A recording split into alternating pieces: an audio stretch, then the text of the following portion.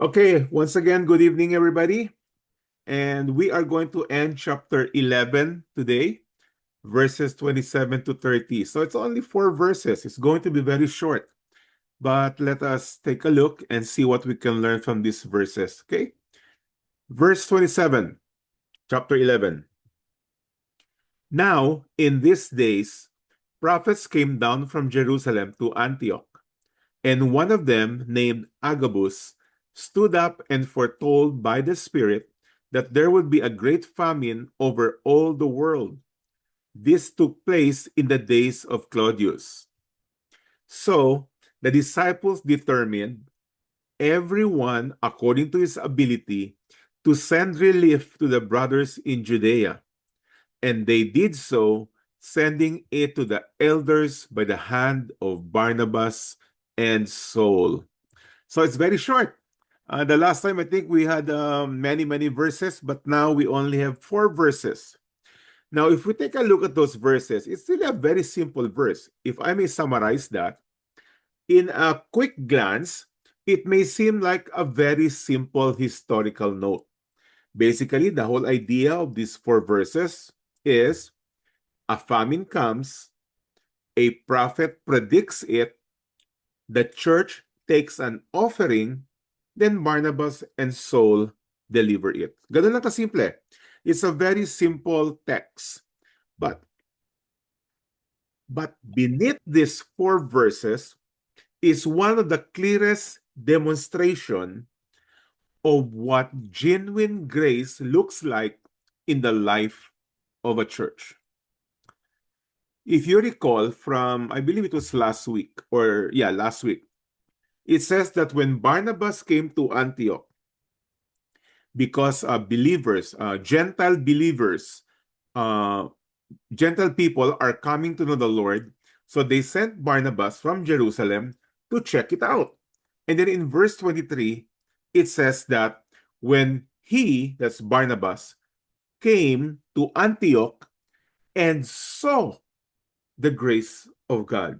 So the key word here is that Barnabas actually saw the grace of God. Now, technically, we could say, how did Barnabas see the grace of God in the church in Antioch? Because grace technically is invisible. It's not something that is tangible, it is invisible.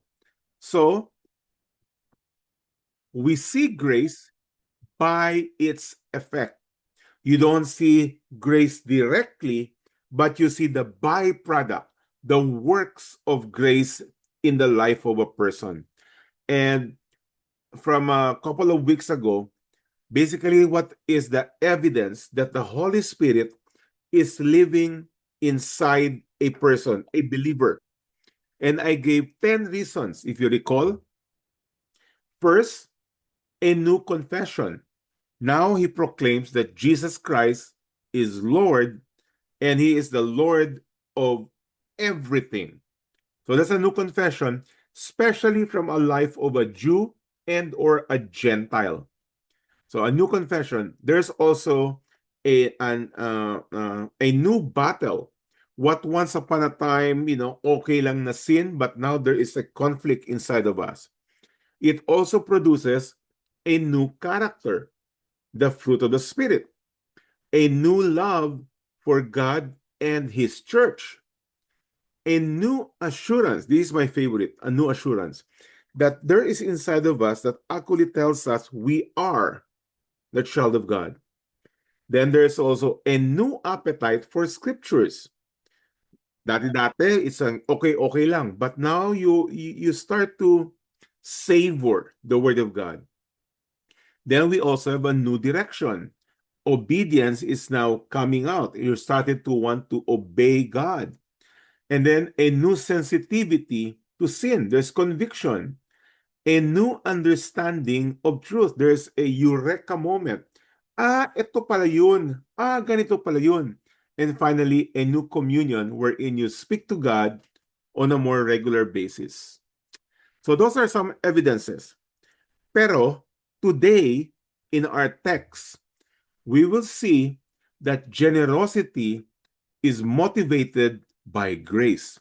That giving in the context of a person who has been born again, who is now indwelt by the Holy Spirit, is a giver motivated by grace. I would like to bring you first to First Corinthians. In First Corinthians, it speaks about the church in Macedonia. By the way, Macedonia is a province. Okay, malaki ang Macedonia. And there are many towns in Macedonia. Macedonia is in Greece. Antioch is in Turkey. So these are two different churches. But what is happening in Macedonia and the churches in Macedonia is something similar to what is going on in Antioch. So let me read about the church in Macedonia in 2 Corinthians 1 through 5. Paul writes the church in Corinth. We want you to know, brothers, about the grace of God. Okay? So on topic ni Paul, the grace of God that has been given among the churches of Macedonia. So what is this grace that has been given to the churches in Macedonia? Here we go. For in a severe test of affliction, because the church was having difficulty, as we will see in Acts 11 in our main text, that there is actually a famine coming. So in a severe test of affliction, here's the grace of God working in the lives of the people. Their abundance of joy and their extreme poverty, so abundance of joy in the Lord for their salvation. At the same time, physically, they're having financial and food supply issue. Extreme poverty have overflowed in a wealth of generosity on their part. Wow, this is amazing. Grabe. You know, I don't know if you know this. I think Bernadette knows this. I took up engineering. Bernadette's husband is my classmate. We took up electrical engineering. And one of my favorite subject during that time was algebra. I like, formulas. So let me put a formula to what Paul is saying to the church in Corinth. He says, abundance of joy. Abundance is plenty, overflowing joy in the Lord. That's the context.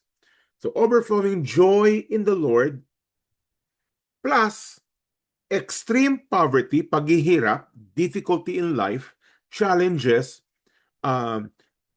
gasoline rising up, that kind of thing, resulted to wealth of generosity.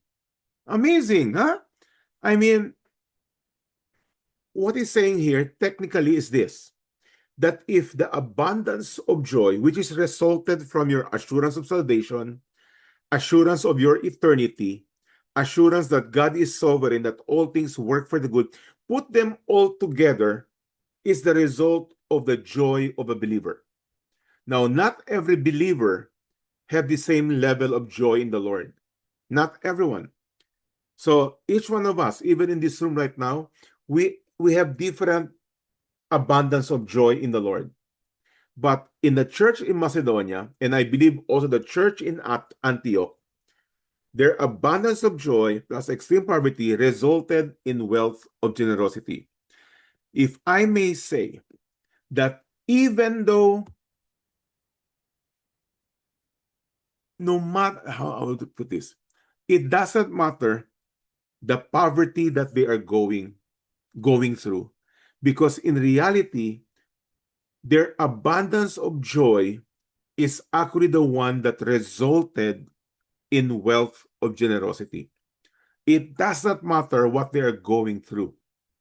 So that is such a beautiful description of a church or of a believer who is fully trusting the Lord for everything, that even though he or the group of people, the believers, is going through difficulty in life, because of their abundance of joy, they still give wealth of generosity. So it says here, they overflowed in a wealth of generosity on their part. Verse 3, how Here's a description now of how they gave. For they gave according to their means, as I can testify, says Paul. By the way, this letter is written to the church in Corinth. And Paul was talking to the church in Corinth about the churches in Macedonia. You know why? Because the church in Corinth have a different view of what it means to be mature in the Lord. They were emphasizing speaking in tongues and other, what do you call this? Miracles. When Paul was trying to emphasize them, look, church in Corinth, in 13 verse 5, it says, check and see if you're truly in the faith. Maybe you're not, because the true manifestation of the Holy Spirit's presence is among those 10 lists that I gave you. Is also there is a wealth of generosity. For Paul said, I can testify about them. Then next line. And beyond their means of their own accord. It wasn't even mandated. It was not even pushed. It was not even said, okay, you need to pay your tithes. No, by their own accord. They gave even beyond their means. Verse 4, look at their attitude. Begging the apostles, earnestly for the favor of taking part in the relief of the saints. Now, take note, Macedonia, Antioch, probinsya yan. Probinsya. And as you will see later, they were begging to partake in the giving to be given to the church in Jerusalem. Jerusalem is the capital city. And here we see the provincial churches, the provincial believers are the ones supporting and giving the mother church. Wow! I mean, typically, it's the bigger to the smaller. In this case, it's the smaller to the bigger. And they were begging, Paul, please, let me give some more. Verse 5. And this not as we expected. So even the apostles, even Paul, was surprised of the way they gave. They were not just giving, they were not forced to give. They gave on their own accord and even beyond, and begging to partake in that giving. But they gave themselves first to the Lord. Here's the formula. You really want to be a grace giver. You want to be one that blesses others. The church in Macedonia, Antioch, they gave themselves first to the Lord. They are so committed to the Lord, and as a result, then by the will of God to us. You see, the more we are connected vertically, the easier it gets to help horizontally. Otherwise, if our vertical relationship is weak, horizontal giving is very difficult. We always have to, it's a burden, basically. So that is what we're going to see in our text today in chapter 11, 27 to 30. Not about the church in Macedonia, a similar situation, but we're going to talk about the church in Antioch. So let us start. It's a short one, 4 verses. Verse 27. Now in these days, prophets came down from Jerusalem to Antioch. So from the mother church, Jerusalem, to Antioch. I'd like first to emphasize this first portion. Now in these days, prophets. The author of Acts, which is Dr. Luke, says that in that time, in that era, there were prophets. And these prophets came down from Jerusalem to Antioch. Why did Dr. Luke say this? Because the gifting of a prophet at that time was abundant because The Word of God, the New Testament, the canon of Scriptures has not been written yet. So the Lord spoke to the believers through a prophet. A prophet would actually come to a group of believers and or a group of people and say, "Thus says the Lord." Okay? But nowadays, actually, I have goosebumps when I hear pastors or even a common believer and would say, the Lord told me, ay, ay, ay. Um, and more so, not just the Lord told me, sometimes they would say, the Lord told me to tell you, ay, ay, ay, patay. So when you hear people like that, they're actually exercising the role of a prophet, which si Mike, I'm a cessationist. And we took this up before. A cessationist believes that the gift of the first century church has ceased, is no longer in existence after the completion of the canon of scriptures, because the word is complete. That is why even Jesus says, sanctify them by the truth. Your word is truth. Paul says to Timothy, rightly divide the word of God. So it's about the word. Anyway, back then, in these days, prophets came down from Jerusalem to Antioch to deliver the message of God. 28. And one of them, named Agabus, stood up and foretold by the Spirit that there would be a great famine over all the world. This took place in the days of Claudius. So let me start from the end. It says here at the end, it was at the days of Claudius. Claudius is Caesar Claudius, which ruled from 41 AD to 54 AD. So we don't know the exact time when this was written, but anywhere from 41 to 54 AD. So roughly about 15 years after the resurrection of Christ. So that means the churches at this point in time is about anywhere from 10 years old to 15, 17, teenager, basically. Also, we see that in those days, one of them, one of the prophets, which tells us that there were multiple prophets at that time, that God spoke to his people through individuals whom the Lord uses to deliver his message. And one of them is Agabus. Okay? One of them is Agabus. And Agabus went to Antioch. He stood up in front of the congregation and foretold. Foretold means telling something that has not happened yet. So he foretells, that foretold is a past tense, foretells by the Spirit. Now, this is something that is obviously not something that we can detect today. When I say today, I mean when people say, the Lord told me to tell you.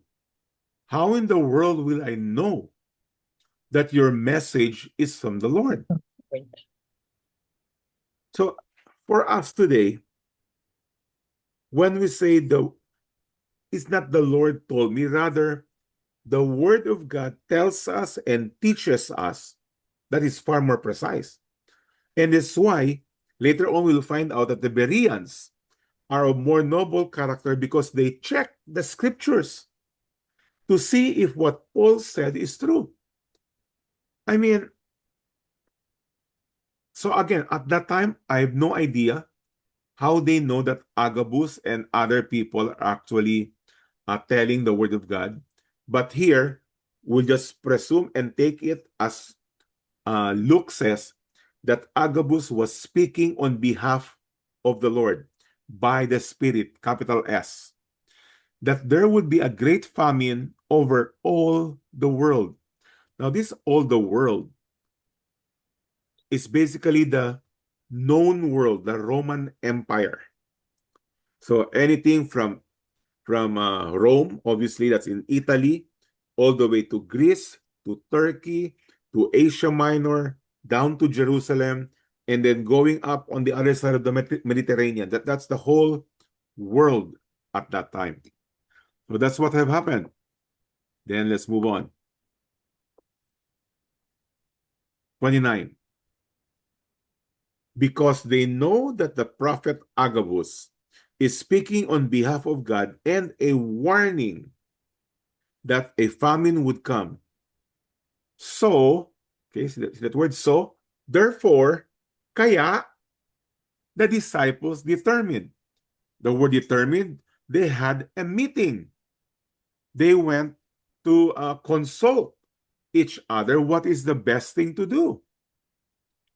So the disciples, and here is where, see plural, disciples. Here is where I really believe in the leadership of disciples, of elders, wherein a church is elder-led. Because in the end, we don't have a prophet today in the same way as the prophet in the past, but rather we have the minds of people. We want a group of believers who makes decision, who are mature in the Word of God, who knows the principles of Scriptures, so that you can determine together to which direction the church should go. So they determine. What did they determine? What did they agree on? What should they do?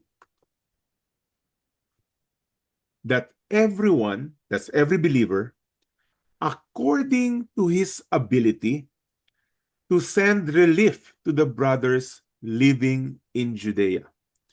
Now remember,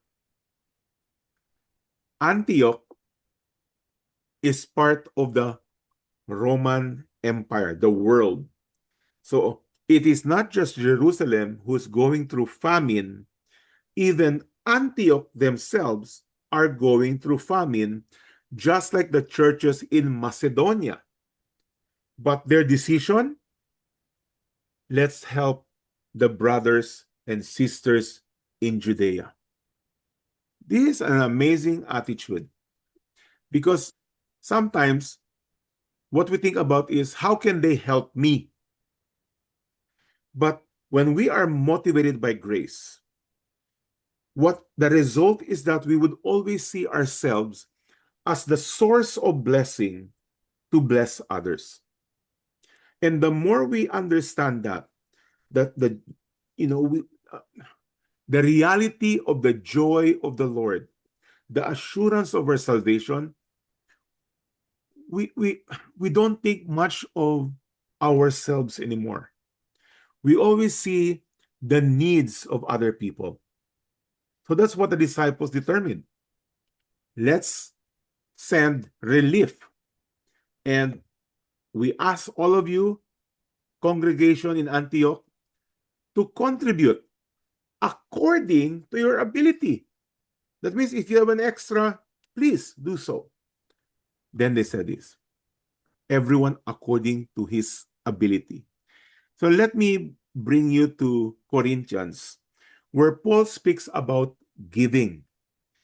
Giving in the same pattern that they are going to give according to his ability. Corinthians says this. Let's go to Deuteronomy first, Old Testament. Every man shall give as he is able. See the condition? According to the blessing of the Lord your God that he has given you. So even in the Old Testament, the principle of giving is according to what you can afford, to what you can give. And the more you understand the blessing that God has already given you, easier it is to give. So now let me bring it to the New Testament, where Paul speaks about giving. 2 Corinthians 9, verse 7.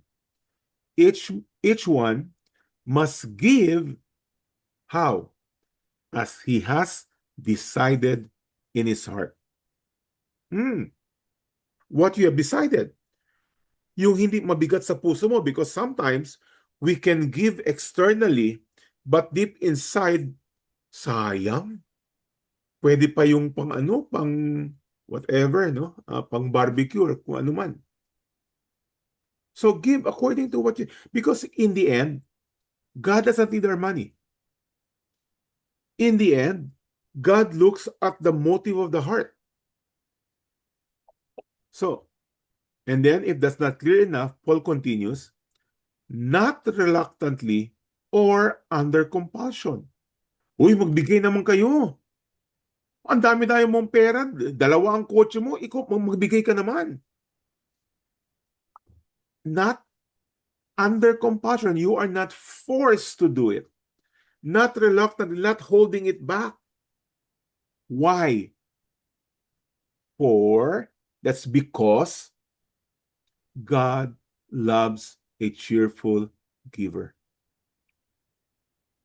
So what you have decided in your heart, not reluctantly, because God loves a cheerful giver. And some of you have gone through the class about tithing with me. I did not post it here anymore, but tithing, many believers today and churches today, they still promote tithing. And tithing is 10% of your income. Now, the thing about that is, correct me if I'm wrong, most Christians do not tithe, do not give 10% of their income. So the result is there's guilt, because the teaching from the pulpit says you must set aside 10%, otherwise you are robbing God. Well, that's an Old Testament principle. And in the Old Testament, tithes is not 10% of your income. Not one, but there are 3 tithes that the Jewish people are supposed to give. First tithe, first 10% of their income is for the Levites, the workers in the temple. The second tithe is for their expenses on their feasts, mga fiesta nila. And the third tithe, which is given every 3 years, is for helping the poor. So if you add those 3, 10% plus 10% plus once every 3 years, that's 1/3, that's 3.3%. 10 plus 10 plus 3.3. Technically, if you want to tithe in the same manner as the Jews in the Old Testament, you are not just to give 10%. You are supposed to give 23.3%. So for those, this is both a rebuke for churches who insist that their congregants are to pay 10%. Number one, it's wrong. It's 23.3. At the same time, this is what's the word? It's sort of a freedom, because if you have felt in the past that you are not giving the supposedly 10%, Scripture tells us that what God wants is a cheerful giver. Whether you give 5%, 10%, or 50%, it's all dependent on the abundance of your joy, the assurance of your salvation. So, God loves a cheerful giver.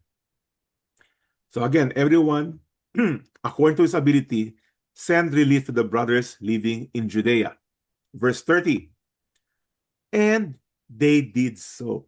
Oh, such a short sentence, 1, 2, 3. Four words. And they did so. You see, they heard from the prophet, knowing that the need of famine, the famine, is going to happen. So they know it's from God. Then the disciples and the apostles said that we are going to, what do you call this? Put up together a sum of money to help our brothers and sisters in Judea. What did they do? They did so. Amazing, huh? They didn't just say, okay, let's pray about it. They did so. So let me bring you to the book of James, where James emphasizes the doing. He says, verse 22, but be doers of the word and not hearers only, deceiving yourselves. Ooh, that is such a slap. Because sometimes, even tayo, mga Christians, sometimes we think that attending church, hearing a sermon, attend a Bible study, learn a new word, a Greek or a Hebrew, and say, wow, ang ganda talaga ng lesson. But we end at that. But here James is saying, don't be content that you're hearing the truth. Do it. Every time we have a lesson, the Lord is telling us to do something. So how do you respond to it? Do you do? Or you just put it, under the table? So, deceiving yourself. Binobola mo lang ang sarili mo. Why? For if anyone is a hearer of the word, or church attendee, Bible study attendee, and not a doer, he is like a man who looks intently at his natural face in a mirror. Tingin siya, uy, may dumi sa mukha ko. Then, verse 24, for he looks at himself and goes away and at once forgets what he was like. Now, obviously, this is an illustration. The application to this is that there are many who would come to church, attend a Sunday service, attend a Bible study. They would say, Amen. Ang ganda, ang galing. But then as soon as they go out, they forgot what they heard. But the one who looks in the perfect law, the law of liberty, and perseveres, that's pushed through, goes for it. Oh, where did they go? Okay. And perseveres, being no hearer who forgets, but a doer who acts. Here's a promise. He will be blessed in his doing. The word blessed is happy. There is this happiness and joy actually in serving others. I found that out myself that, the more I plan to serve others, the more I give to others, the number one recipient is actually me. Primarily, joy, bless. And until you are blessed, you could not be a blessing. I repeat, until you are the recipient of the blessing of God, you cannot be a blessing to others. That's just how it works. So they did so. And how did they do it? Well, they gathered and their funds or their fruits or whatever they did, and then sending it to the elders by the hand of Barnabas and Saul. Once again, to whom did they send it? To the elders, to the mature. Elders is not just a title of a position in a church. Now, I know that there are churches that their official elders are elders because of votation. I nominate so and so, but sometimes that elder is actually a minor. Minor in the sense that immature, who doesn't even know doctrines. But in this case, they send it to the elders, whatever they gave, money or food. I don't know what they sent. They send it to the elders. And obviously, they're trusting that the elders will distribute it to those who actually need it. So that is Motivated by Grace, chapter 11, 27 to 30. It's really short. So I would like to add some more. Okay. I just want to quote a couple of verses. So once again, here in our text, we see, kita, view their generosity in action. Not just I'm a Christian. Anybody can say that. I'm a Christian. That's very easy. So let me bring back several verses. We already read this earlier. They gave according to what had been said in their heart, not reluctantly or under compassion, because God loves a cheerful giver. The next verse, verse 8. And God, okay, that's the word "and," a connector. So because they are giving cheerfully, and God is able to make all grace abound to you. That the joy of the Lord is abundant. It is abounding. It goes beyond your circumstances. That's why the church in Macedonia and Antioch, despite they themselves are going through famine, they were eager to help out and give to the church in Jerusalem. So God is able to make always abound to you, so that having all sufficiency in all things at all times, you may abound in every good work. So it's like a cycle, the more you give, the more you'll receive. And the more you give even more, the joy abounds. And now it becomes less of you and more of Christ. Luke chapter 12. Jesus says this. He told them a parable saying, the land of a rich man produced plentifully. Okay? So, marami, mayaman. And he thought to himself, what shall I do? For I have nowhere to store my crops. Naku, laking problema niya. And he said, aha, I will do this. I will tear down my barns and build larger ones. And there I will store all my grain and all my goods. Okay. Good idea, sabi niya pa. Okay, I'll just expand. I don't need them. I have more than enough, but let me just hoard. Make it bigger. Verse 19. And I will say to my soul, soul, you have ample goods laid up for many years. Pwede ka na mag-retire, soul. Relax. Eat, drink, be merry, enjoy life. Then guess what? Listen to this carefully. God speaking. And God said to him, fool, tawaray-waray pa, lurong, Chabacano, ano ba? Ano ba? Kalimutan ko na Chabacano. Ay, mga samog. Hindi. Loko. Loko, crazy. Can you imagine that?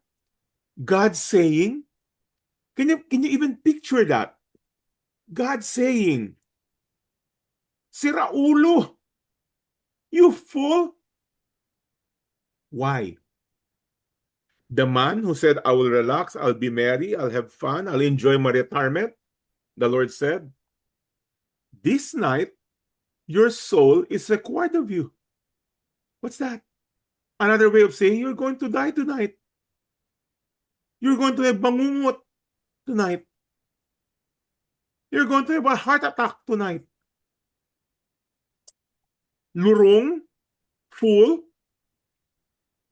and the things you have prepared, the one that you've been storing for the future, whose will they be? My children. Well, hopefully they'll use it properly.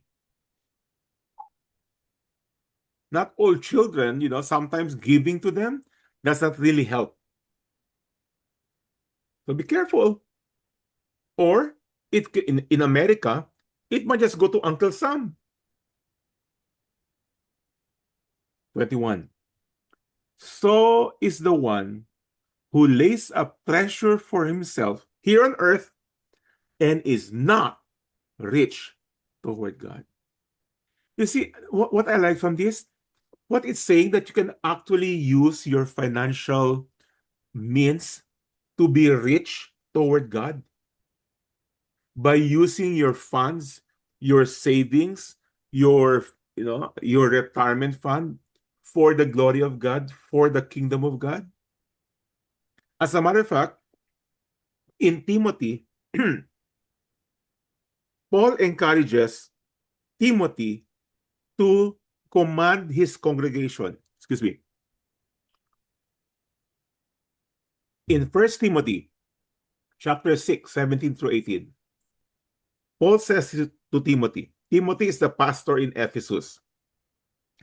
So he was saying, Timothy, as for the rich in this present age, in this world, materially, as for the rich in this present age, charge them. What's the word charge?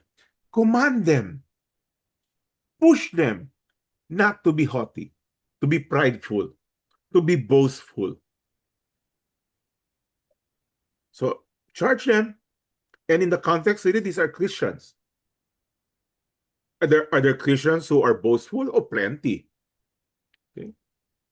So charge them not to be haughty, nor to set their hopes on the uncertainty of riches. Because the reality is this: whether rich or poor, by the way, many times we rely on our savings when in fact, God said through Paul, riches is uncertain. You think about it, even for us today, right now, a war can erupt anytime. If, God forbid, if China attacks Taiwan, whether you like it or not, damay ang Pilipinas. So it's uncertain.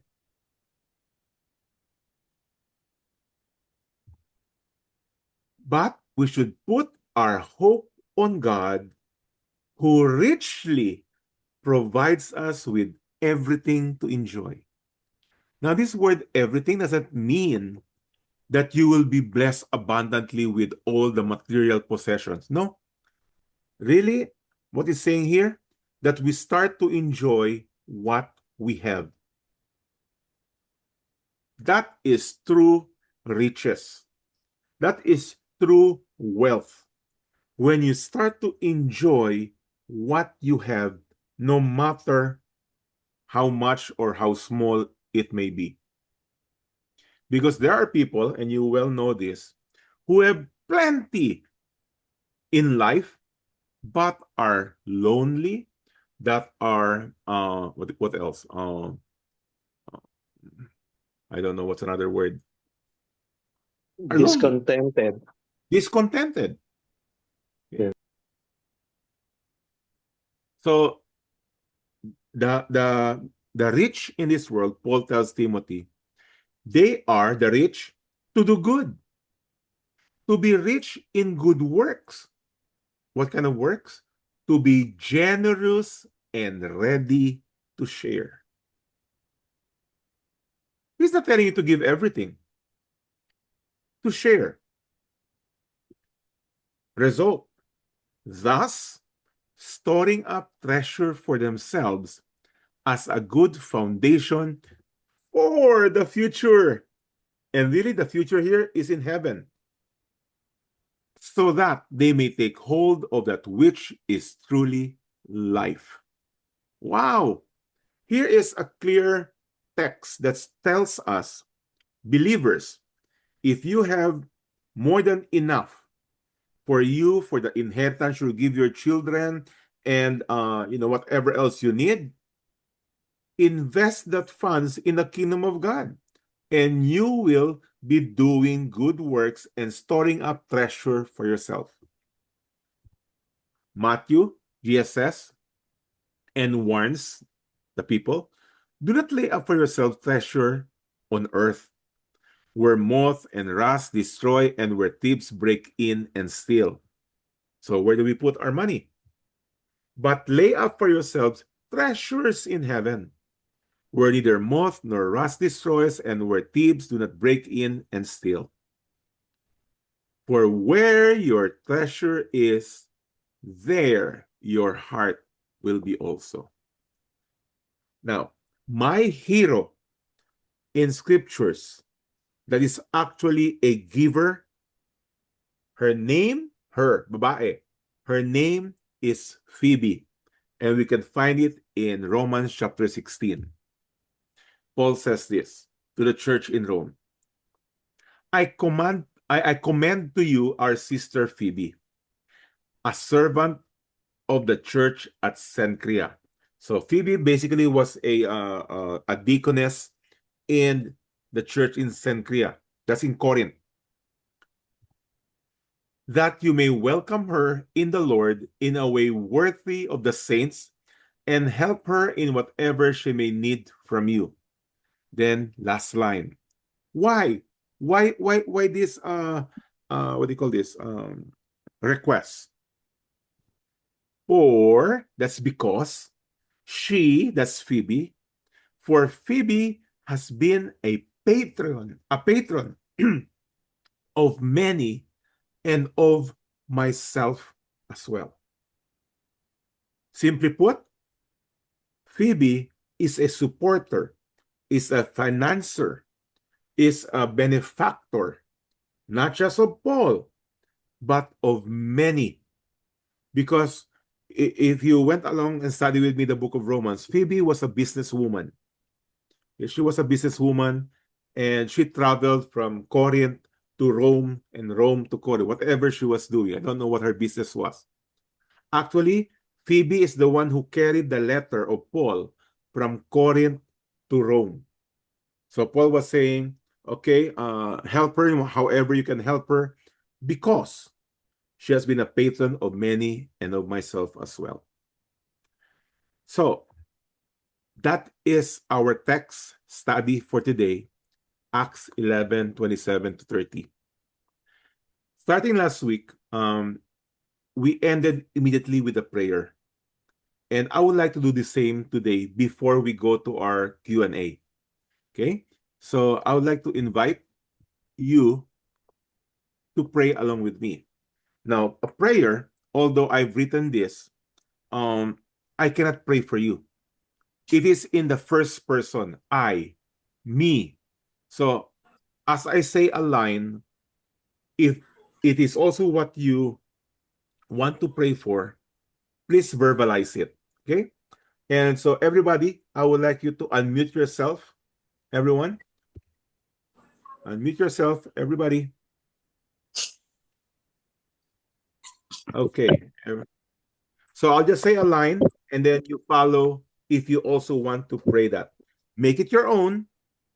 Own the prayer. So here we go. Gracious Father. Gracious Father. Gracious Father, Thank you for your word I learned from Acts 11:27-30. thank you for Thank you for your your word. word I I learned learned from Acts 11:27 to 30. 11:27-30. Thank you for Thank showing you me for the showing life me of the a light believer and the church. of the church. Thank you for showing me the life of The a life of a believer believer in and the the church church. That is motivated by grace. It's motivated by motivated by grace. grace. Lord, help me to be Lord, spiritually sensitive, help me Lord, to help be me to be spiritually spiritually sensitive, sensitive, to care for the needs of others, care care for the for needs the of needs of others, others, and to respond with love and generosity. respond respond with with love and love and generosity. generosity. Teach me not to live for myself alone, Teach me Teach me not to live not to for live myself for alone, myself alone, but to serve others for your glory. To serve To serve others others for your for your glory. glory. Give me a heart, hands, and a life that is faithful, ready to help and give.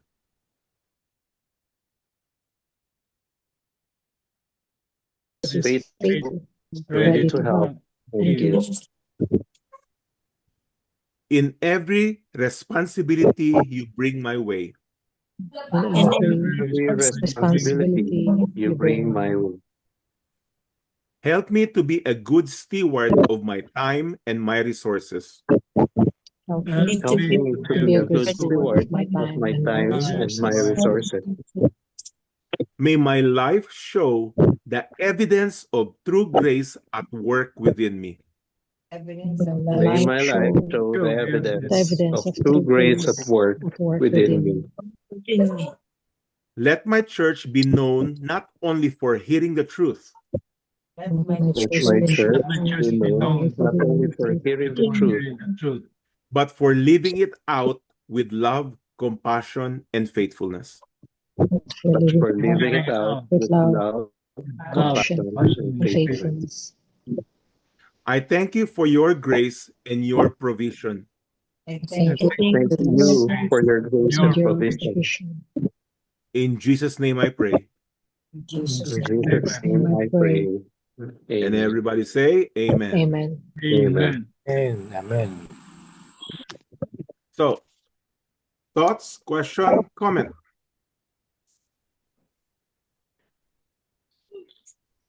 Turn your videos, everyone. Wanna see you.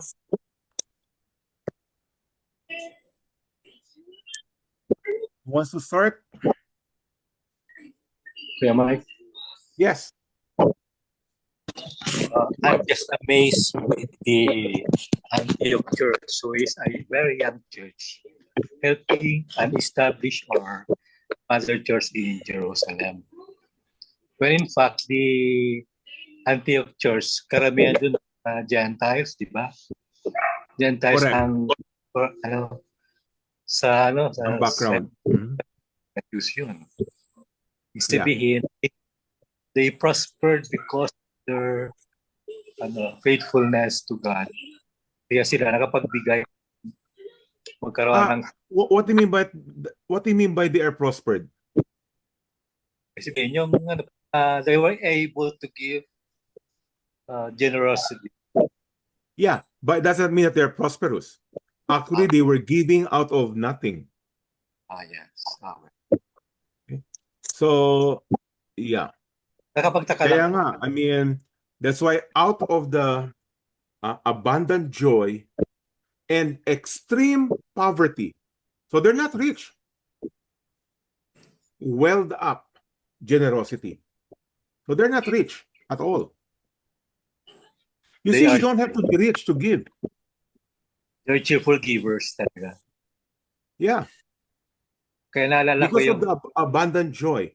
If you truly understand what you already have received from the Lord, I mean, your eternity is secured. Where there'll be no more pain, no more crying, no more death, and pure joy. If you know that very well, what can this world offer? Wala na. All you see is the need of others. That's what, yun ang resulta nun. Okay? Sige. Anybody else?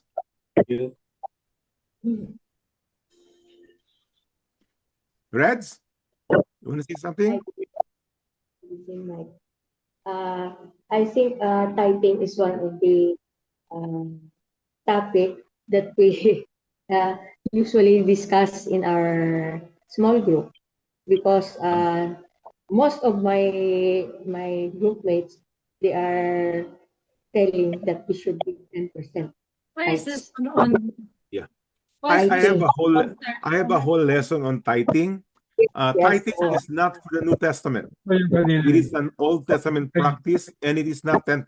It's 23.3. By the way, there's a microphone na parang putol-putol. Saan galing yun?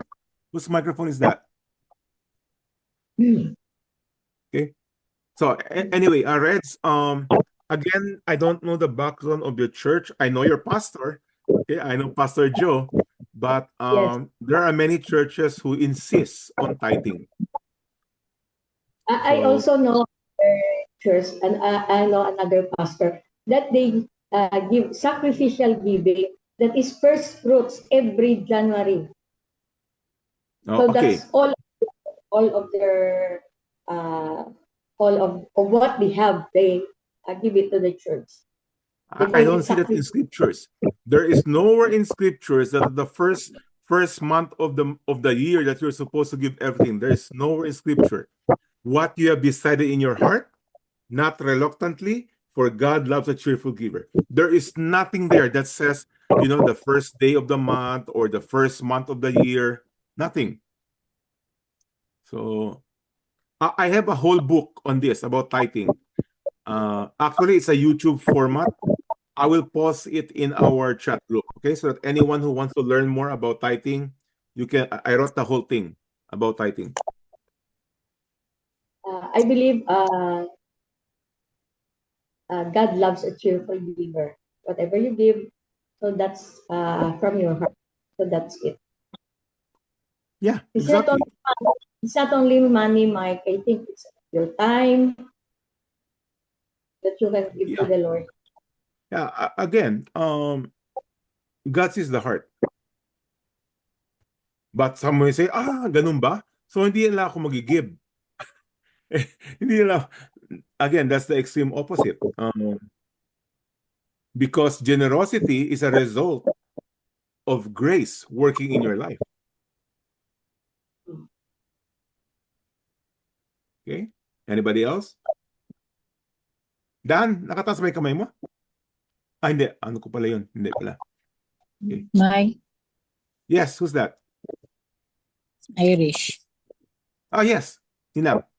As Christians, Mike, we have to be concerned with those who are in needs, and I think encourage them to be of help to relieve the pain of those suffering, especially our fellow believers in our church, and reaching to the lost. Yeah. That's why, part of our prayer earlier, Lord, help me to be sensitive of the things and the people around me. Because oftentimes we only see ourselves and our needs.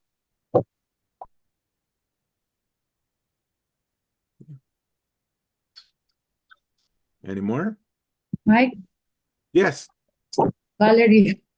Yes, Valerie. Sometimes I am confused because the gift of God, like material gifts, He also wants us to be what do you call this? Good managers of these blessings that He gives. At the same time, which means that we just cannot, we just cannot throw it away, dispense, or unresponsibly, manage it. So sometimes I am confused if I give it all, if I'm mismanaging it, or if the person who I'm really gonna help, am I really helping, or am I just making them more dependent on me? Okay, that's a good question. Or good observation. That is why in our text earlier, whatever they have gathered together, they gave to the elders in Jerusalem. Now, elders is not defined as simply the office of an elder. An elder is one who is mature, that can be trusted in a certain location or another church, where you can say, I know, according to what I know, the person, I know their ministry, I know what they do, I know where they spend it. So instead of going directly to whatever need, you actually give it to the elders.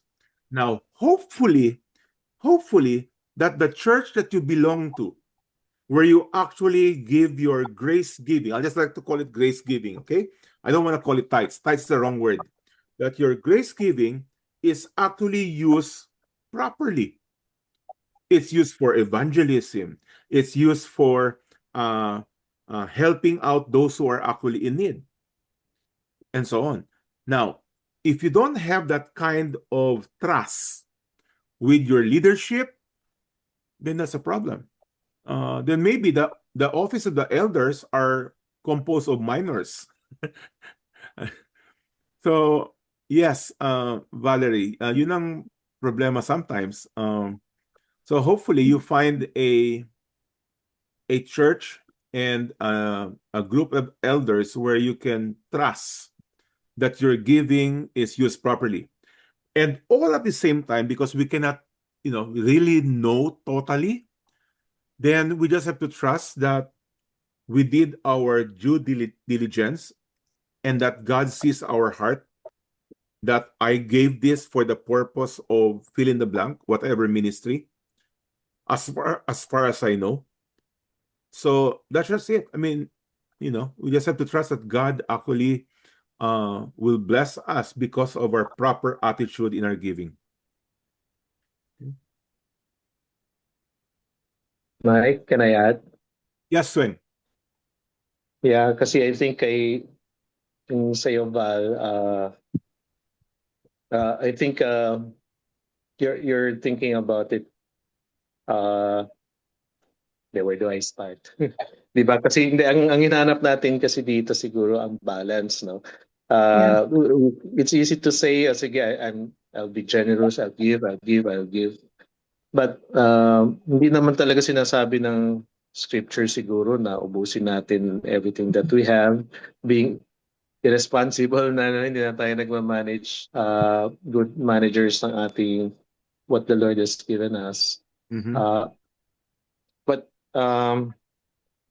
kasi yung context kasi nung binabasa natin sa scriptures, yung mga early church, yun talagang kailangan nila. They have to help one another kasi mahirap talaga yung ministry nila, and I believe the Holy Spirit was really like pushing them to really in love give to other believers talaga para lumaganap talaga yung church. Yeah. And we know that actually, it has been it wasn't naging even very given for a ministry successful. per se. It was given because of famine. True, In the true. text, it was because of famine. Correct. So yun yung isang comment ko nga like we're talking about giving to ministries, giving to church, but transformed heart makes one a generous person, di ba? Hindi nga lang resources, I would say hindi lang money, di ba? Kasi minsan pag magbigay tayo ng money, parang ginagawa na nating yung tao, parang inutil na, umaasa na lang sa'yo. Di ba? Sabi rin nga ng Bible, turuan mo na lang how to fish. ang tao, right? That's why it's called proper stewardship. Yeah. Proper stewardship means that you are also responsible to the place and or group that you are giving to. That's true. You don't just give for the sake of giving. So you need to be, you should find out at the bare minimum. By the way, that's why churches supposedly have a regular report on where the funds were used. Supposedly ganon. Now, I don't know. Again, depends on which church you attend. Is there even a report? So that's very important. That's why there should be an accountability. Correct. And for example, Mike, this is also generosity, no? Let's say having compassion on, let's say yung kasambay mo na yung mga anak, ganyan, hirap na hirap sila, tapos siguro tutulong ka sa education ng bata, di ba? Oh, for sure. Again, I'm not sure where it says, Weng, that if you do not help your relatives, you are worse than an unbeliever. Did you know that? So, yeah. And I'd like to emphasize on what you said earlier, Weng. We're not commanded to give everything we have. We are commanded to share what we have. Big difference. The word is share. So in other words, you don't hoard just for yourself. Okay. Okay? Anybody else? Yes, that. I think um I think I think some of us are really um trying to balance now, like if I give and give and these people will just be dependent on me, then I am Mhm. enabling them not to be productive or not to find income, or Yeah. so they just run to me to just trust that I give here and there. So I think that's a balance that we have to strike. Now, on a personal note, this is what I do, because when every day actually I ask God, who do you want me to give to? Who do you want me to help? What is it that the ministry needs? Can you convict my heart? And God will really show me, like, okay, and I cannot keep content until I do what God wants me to do. Example lang, no? If God tells me, I pray. I said, God, where do you want me to put your resources? And Uh-huh. and really, for me, it becomes, thank you, God, for giving me an opportunity to give to this person. Thank you, God, for giving me an opportunity to give to this church. Thank you, God, Correct. for, I think for me, it has become a joy to give. And Oh, like, if I don't definitely. give, I feel really like, God, I'm withholding from giving the what you want me to give. So I always, every day I pray, God, can you convict my heart? Where do you want your Yeah. resources to go? So I think for me, Yeah. that really worked. Kasi for all these years, there's no guilt in my heart. There's just simple joy of like, thank you, God. You Oh, you yeah. let me give to this I person. like what you said, that it is really a joy to be in the giver side. Oh, Amen. grabe, grabe. Again, even the text we just read, no? That He will abound our grace. So God Himself will give us as we give to others.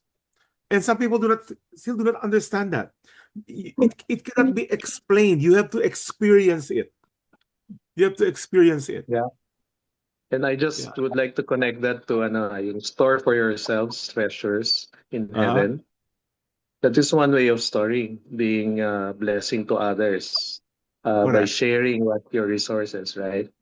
So Yeah. yung joy that you feel would be a joy that, because you have honored God with your Mhm. giving, you have glorified Him, and to that Mhm. person, the beneficiary, nakikita niya, di ba? The Bible says, shine your light that they may see your good works and give Mhm. glory to your Father who is in heaven. Exactly. So then you Exactly. glorify God. Mm. Yeah, Iba exactly. kasi Mike yung feel. Excuse me lang. What Lowell was saying earlier about yung, if you just keep on helping tapos wala nangyari. But to balance that, 1 Timothy chapter 5 verse 8. If anyone does not provide for his relatives, and especially for members of his household, that's your family, then he has denied the faith and is worse than an unbeliever. So yeah, to give is not being irresponsible. That's why it is called that we are to share. So you have to set aside, okay, ito para sa ganito, ito para sa renta, ito para sa kuryente, and whatever else you need. And this is for my retirement. Of course, you can save up for your retirement. But the issue is the problem with that rich man who has already sobra-sobra, and he just, let me just make a bigger barn, and so on. That is where it becomes wrong. And the reality is this, like I said, the more you experience the joy of the Lord, even the little you have, you are willing to give it away. That's just how it works. I don't know. I cannot understand, paano yun. Basta, experientially, Mike, that's what's paano kung happening. paano yung giving sa politician for a political favor? Or giving Again, to we're talking about someone the kingdom of God. para in the We're talk- future, meron I din siyang think ibibigay sa'yo. I think this is where we say guard our hearts. Because if our motivation is selfishness, Yeah. we will still be answerable to that. And then Yes. I going back now to like last December, I was really praying, God, what do you want me to do? Who do you want me to help? What do you want me to what project would you want me to do? And so I fulfilled the project that God really wanted me to do. And that person who I have given to, no, he told me, Mom, you are an answered prayer because for the past 2 to 3 weeks, I've just been praying for this project. And that is a confirmation that, God works one Yeah. spirit yan eh. So somebody needs Amen. and somebody is convicted. It has to work that way eh. So I think we And should not withhold ourselves from really asking God where He correct. wants us to help. And that talking about what you're talking about, no? In many churches, not all, but in many churches, because they will always equate the church to be the storehouse of Malachi chapter 3. So they would say your responsibility is to give to the local church. That's not true. We can actually choose where we want to give. So if the need is yung, I don't know, kapitbahay mo ba o kamag-anak mo ba, whatever it may be, then go ahead and give there. Now, does that mean you should not give to your local church? Of course you should give to your local church because that is where you get your feeding. But if the church is saying, no, dapat dito kasi ito yung storehouse, that's wrong. That storehouse is a literal storehouse in the Old Testament where you can give your goats and you can give your mga corn mo. That's a literal storehouse. It is not to be equated to the the funds of the church. Not the same. Not the same. But should you give in your local church? Of course, you should give to your local church. There are needs in your local church. Kung umuupa kayo, may renta yun. Kung nag-aircon kayo and so on, may bayad sa kuryente yun. Okay? Kung gusto nyo magtipid, di mag-electric pan lang kayo. But that's how it is, So, all right, anybody else? Sino pa ang hindi nagsalita? Question again, Mike. Ano, Reds? I have another question. Usually Yes. after the church, there will be an announcement. Please give your tithes and offerings in the offering. Isa pa yan. Again, Reds, I will post my book. It's a YouTube na, no? So you can just watch it and then follow the text. Churches are very creative. Okay. Very tithes and offerings. Sabi nila, ang tithes raw, 10% sa church. Tapos anything above that, offering, you can give to anything, to anywhere. Where in the Bible does it say that? Nowhere. Pero again, it sounds nice, tithes and offering. There's no distinction. There's only giving. So, yeah, again, Rez, I know it's a common practice. I will not say that they are necessarily heretic. No, not necessarily. Sometimes it's just that kasanayan. Usually, churches like that and or pastor who does that is because sa previous church niya, yung pastor niya, ganun lang ang ginagawa. So, pasa-pasa lang yan. That is why when we get to the Bereans, it's a very important topic. They check the scriptures. Why? Because scriptures is the authority. Yes. Okay. Mike, Yes. iba kasi yung feeling kung nakatulong ka. Pakiulit. Iba ang feeling, ano? Iba talaga yung feeling mo ba? You have that joy kung nakatulong ka to someone na talaga naghingi ba ng tulong. Oh, yeah. But if you refuse with some reasons and you have enough naman to help, siguro at the end you have that guilt feeling. Yeah. Iba talaga pag if you have helped somebody materially or anything else. Like sabi nyo, it's not just only about money. You can give your time. You can give a lot of things.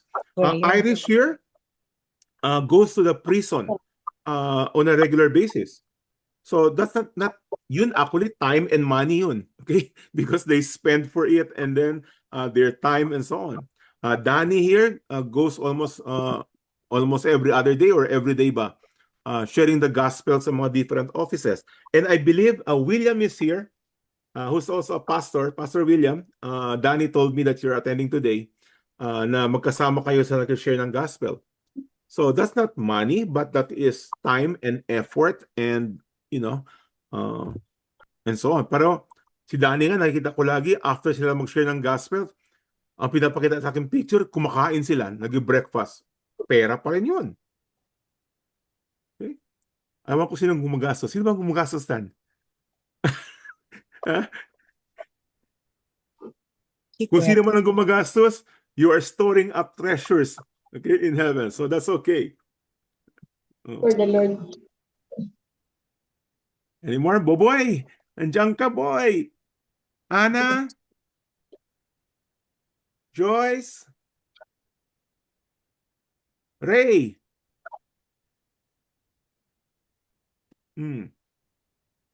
Right way. Yung Oh, Ray. naano lang ako kay Mike, yung minsan lang nag-aabuso din yung mga pastor kay manipulative yung ano ba, maghingi. Parang emotional manipulation ba. So you have to be discerning also. You have to be discerning. Tapos meron pa kasamang music. Naku, patay. But again, I would not say that it's heretic. It's just because yun ang kasanayan. Yun ang practices. So hopefully, if you have an influence in the leadership of your church, then you can actually help them, rethink about this particular topic. Again, I hope all of you are part of the chat group natin, yung PH Ship School. I will post the book on tithing. Okay? So, and give it to your pastors and elders. Ipasa niyo yun. Bernadette is raising her hand. Ano, no? Bernadette, want to say something? Det, meron kong sabihin, Det? How many copies do you need, Det? I think kasi when you speak of tithes kasi it's very restrictive. Yung parang binigyan ka ng ceiling. But when you speak of love offering, it's like it really depends on how cheerful your heart wants to feel. Then you give. Yeah. Di ba? Kasi pag sabi mo, tithes, parang feeling mo 10% lang talaga yan. 10% lang talaga. Yeah. But when 10% din ang kaligayahan. Yeah. like, di ba yung joy Exactly. mo? I mean, But if I can afford to give 50%, why would I limit myself to 10%? I remember, Mike, you told me once upon a time, you want to be a reverse tither. When you give 90%, you keep only 10%. I said, God, when will my heart be like that?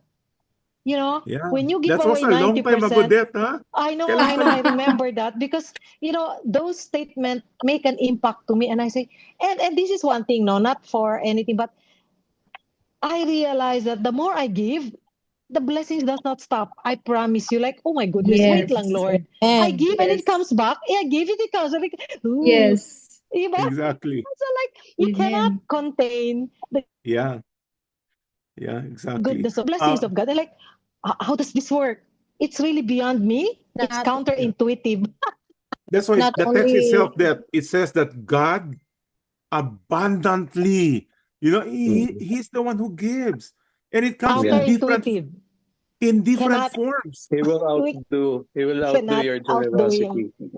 Yeah. And you cannot understand. Careful lang. Right? Careful Yeah. lang. We have to check our hearts kasi baka I'll give para next week marami akong marireceive. Hindi. Wala yan eh. Wala. Kasi Guard somehow our there's some hearts talaga. expectation. Okay. Yeah, we have to guard talaga our We hearts. have sa to guard totoo our lang. hearts. Kasi we Exactly. flip-flop, di ba? Yung We return, have to pray. hindi lang material things eh. And You have I faith. love that. I love that you shared about asking how to be generous, where to give your resources during Yeah. prayer. Dapat ganun talaga eh. I think if we pray for something from the Lord, it is Yeah. when we are communing with Him. Yeah, Exactly. when our spirit aligns with the Holy Spirit and all that. Kasi totoo yan eh, may mga inspiration talaga yan that will come to mind. God really Exactly. speaks to us. Yeah. And talking about that, I will help answer that prayer, Weng. I will help by sharing with you. Oops, nahulog na yung ilaw ko. By sharing with you my plans for the future. Of course, Lowell knows this, Danny knows this, but the rest of you don't know about this. Vision-wise, all of you know that I live in San Diego, correct? It has been a more and more becoming a burden in my heart to actually move back to the Philippines. As you can see here sa screen nyo, go make disciples, go be a blessing. I really want to be discipling both the congregants of churches already, of existing believers. Personally, and then correct me if I'm wrong, I think that there are many churchgoers, Christians who are malnutrition, as you know, ano bang word? Malnourished. Malnourished. Malnourished when it comes to the Word of God. So I really want to focus on that. And yeah, I think the Philippines have a lot more opportunities for that purpose. And I'll be focusing on 3 things. By the way, if you take note dito sa ilalim ng tupa na ito, it says 2027. Personally, that's my goal, 2027. Maybe the first quarter, God willing. And basically focus on 3 things. Number 1, Ship School. Ship School is basically what we're having right now. And I have a Ship School that meets physically right here sa bahay ko, sa San Diego. So it will be reverse. What I plan to do is to have an actual physical gathering dyan sa Philippines. And then the people here in San Diego will be reversed. Sila naman yung Zoom. Okay, so I'll continue with that Ship School. It's a book study, verse by verse, and so on. The second thing is Ship Search. Ship Search is basically evangelism. We did this 2 years or 2.5 years ago back in Tacloban, and we were able to share to about 1,500 people, about 1,000 students and 500 older people. So I want to do it on a regular basis, maybe once, I don't know, every 2 or 3 months maybe. The way we gather people there, the first time I went to Philippines, at Tacloban at the time, sa students in particular, the way we gathered them is to every attendee will be given a coupon of Jollibee na worth 150 pesos worth of Jollibee. So they can exchange that for Yum Burger, kung ano man gusto nila sa Jollibee. So, but they have to sit on a classroom and the gospel will be shared, black and white from start to finish. That's how we were able to gather about 1,000 students. And then sa mga older folks, there was a group of teachers. And then si Danny, we also have a group of mga engineers and architects. What we did is not Jollibee with them. We had actually dinner for them. And yeah, so we were able to gather about 500 and so.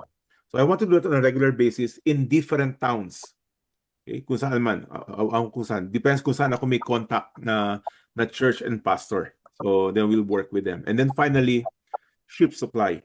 Ship Supply is basically funding ministries and ministers. As we all know, there are many ministries who might have the vision but do not have the funds, and or probably they are not equipped with proper equipments, either sa church nila or sa ministries nila. So that is basically Ship Supply. And talking about Ship Supply, we actually started this. We started our first, and that is Pastor Sunny. About 10 months ago, I actually opened to this group if anyone wants to contribute for the purchase of a vehicle for Sunny, because he and his family, 4 sila, nakasakay sa motorsiklo. That is his motorcycle, and they go to church. That his pastor is a small church. 4 sila, pati mga bata nakasakay sa motor. So I thought it would be nice to get him a vehicle where he can ride with his family, and at the same time he also has a youth ministry, so pwede niyang magamit. So to cut a story short, our very first Ship Supply was to supply a vehicle for Pastor Sunny, at nagpagawa tayo ng minivan from 9 months or 10 months ago, And finally, it is done and was released 2 days ago. Here it is. Oh. So that is the van.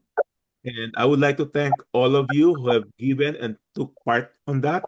So even though you are in Zamboanga or in Manila or in Tacloban, as the ministry goes in Ormoc, you are part of that.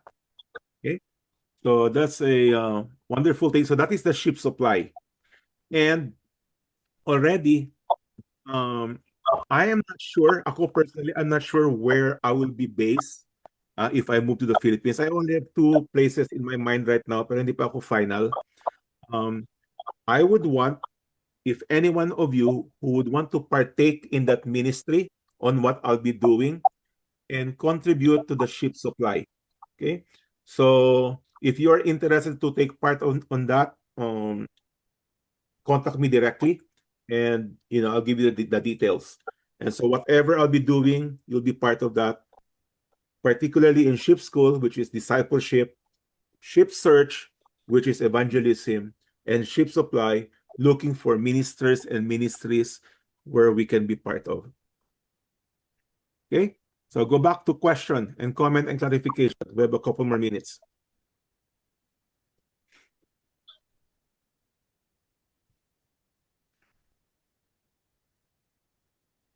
Okay.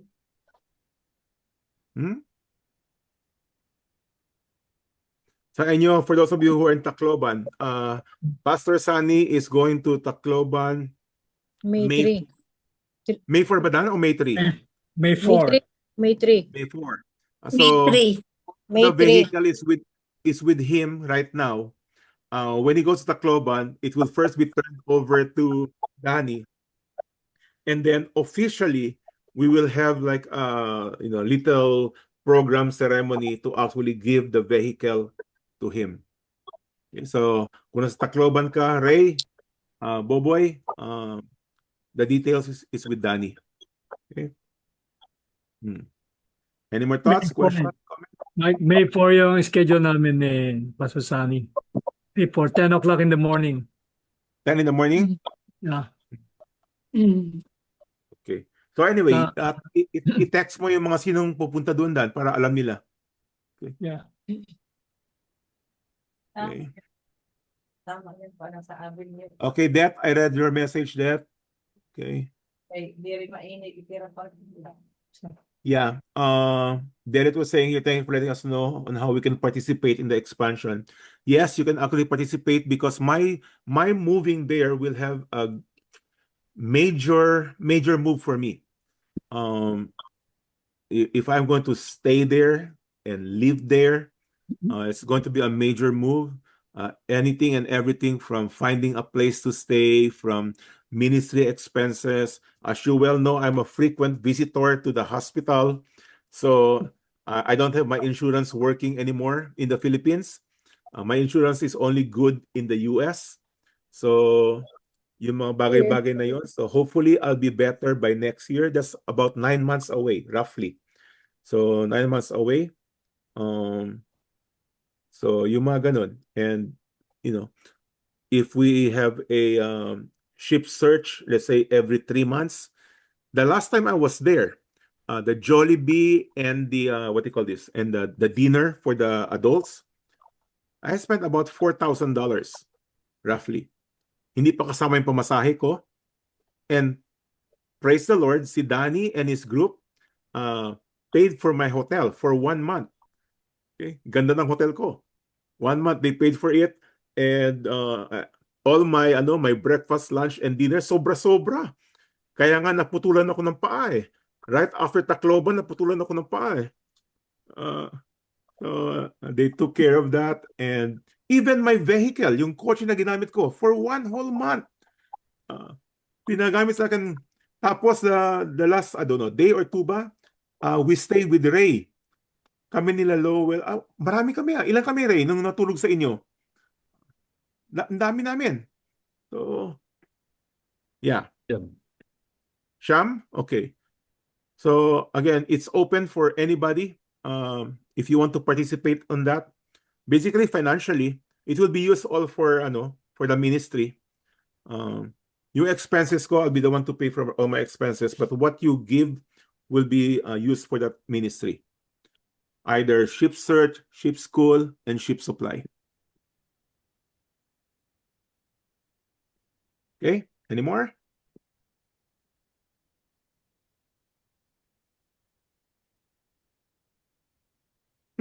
Wala na. Okay, well, we already have done, we are done in what do you call this? In praying. So I would like us then to close with the song that we haven't sung for a while, and that is Go Be a Blessing. Here we go. Hold on. Naka-on ba yung audio ko? Let me see here. Audio on. Click, save, share. Here we go. We have been loved with a perfect love. We have been saved by amazing grace. We've been called out of the dark into light. Now we go share the hope in Christ. Go be a blessing wherever you go.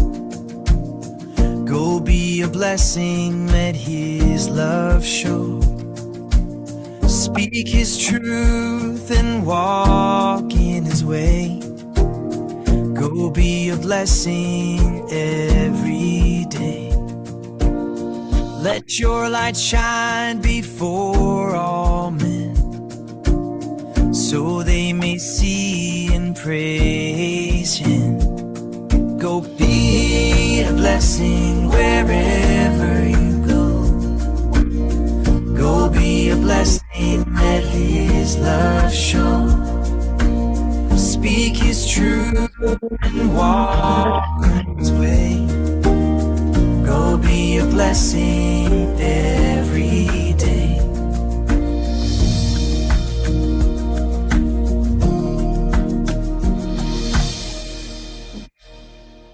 So what do we say? Go be a blessing. Be a blessing. Go be a blessing. Good All right. evening. Evening, Okay, everyone. everyone. Bye-bye. Thank you, Good evening, Mike. everyone. Thank you, Mike. Bye bye. Thank Okay, you. bye. Bye bye. Thank you.